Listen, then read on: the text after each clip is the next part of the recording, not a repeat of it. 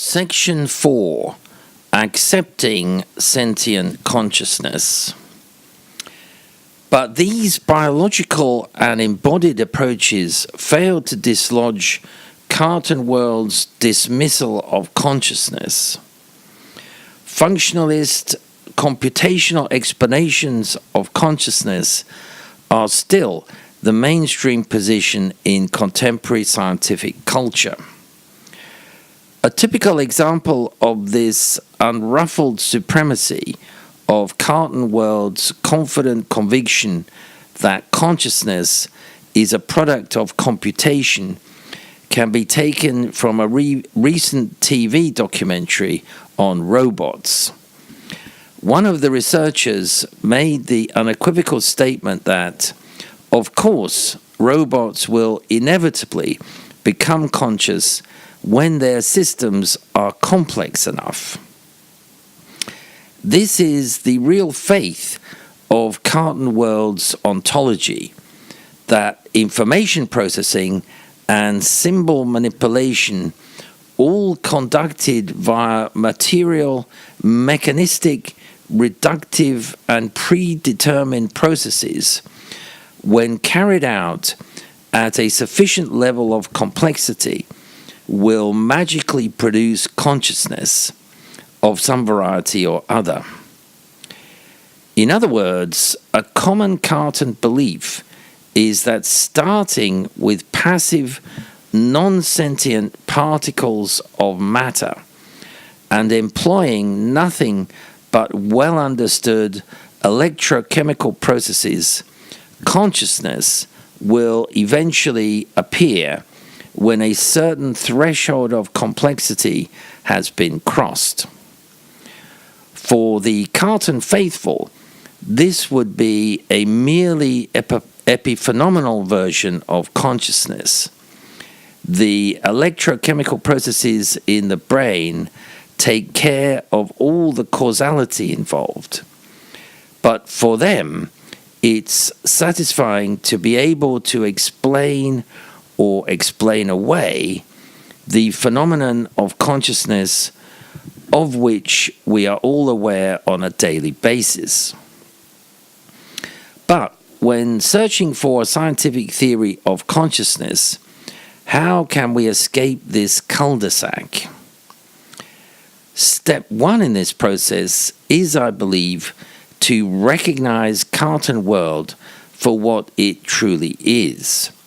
Simply the ontology of classical physics, long since surpassed by the empirical findings of quantum physics, but persisting because no widely accepted ontology of quantum mechanics has managed to displace it. A second specific step is to challenge Cartan World's philosophical realism. This is an essential part of Cartan's ontology, the belief that the external world exists in and of itself, entirely independent of mind and consciousness.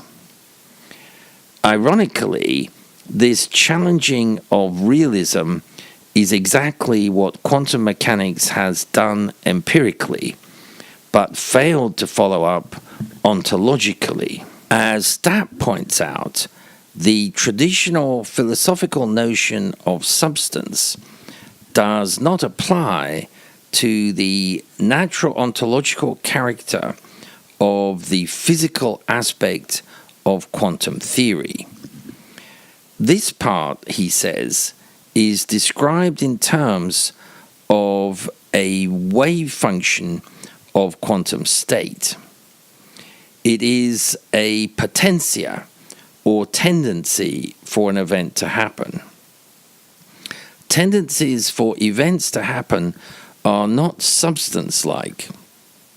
They are not static or persisting in time. When a detection event happens in one region, the objective tendency for such an event to occur elsewhere changes abruptly. Such behavior does not conform to the philosophical conception of a substance. As the science writer Arthur Koestler once remarked, matter has disappeared in the hands of the materialists.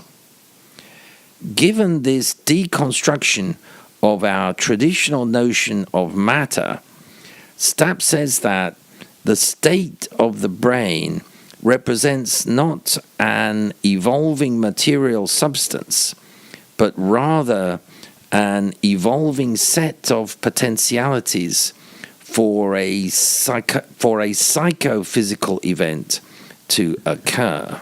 Consistent with these views of Whitehead and Stapp, the philosopher Galen Strawson insists that we know exactly what consciousness is.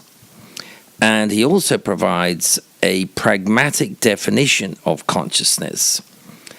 Experience of any kind whatever. It's the most familiar thing there is, whether it's experience of emotion, pain, understanding what someone is saying, seeing, hearing, touching, tasting, or feeling. It is, in fact, the only thing in the universe whose ultimate intrinsic nature we can claim to know. It is utterly unmysterious.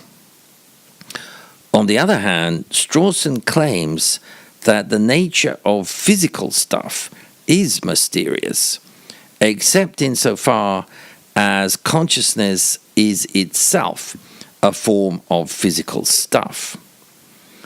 This point, which is at first extremely startling, was well put by Bertrand Russell in the 1950s in his essay Mind and Matter.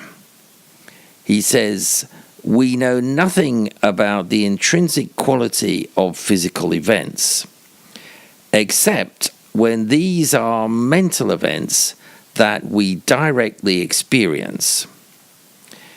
In having conscious experience," he claims, "we learn something about the intrinsic nature of physical stuff, for conscious experience is itself a form of physical stuff." According to Strawson, consciousness is a sort of self-confirming phenomenon.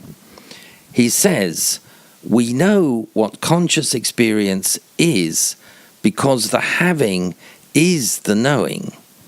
Having conscious experience is knowing what it is. You don't have to think about it.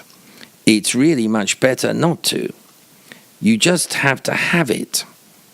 It's true that people can make all sorts of mistakes about what's going on when they have experience, but none of them threaten the fundamental sense in which we know exactly what experience is just in having it. When it comes to matter, however, we don't have this privileged self-confirming access. Strawson says, "We don't know the intrinsic nature of physical stuff, except," Russell again, "insofar as we know it simply through having a conscious experience." So, is there an ontology which could philosophically accommodate consciousness? The answer is, I believe, yes, and it comes not from a New Age guru, but from the work of the prominent English mathematician and philosopher Alfred North Whitehead. As a professor at Cambridge in the late 19th century, he was the doctoral supervisor of Bertrand Russell. The two men later cooperated in writing Principia Mathematica, a 3-volume attempt to examine the foundations of mathematics, which was published over the period 1910 to 1913. Following this contribution, His contribution to this major milestone of intellectual history, Whitehead devoted the remainder of his life to formulating an ontology compatible with the findings of modern science, especially quantum mechanics.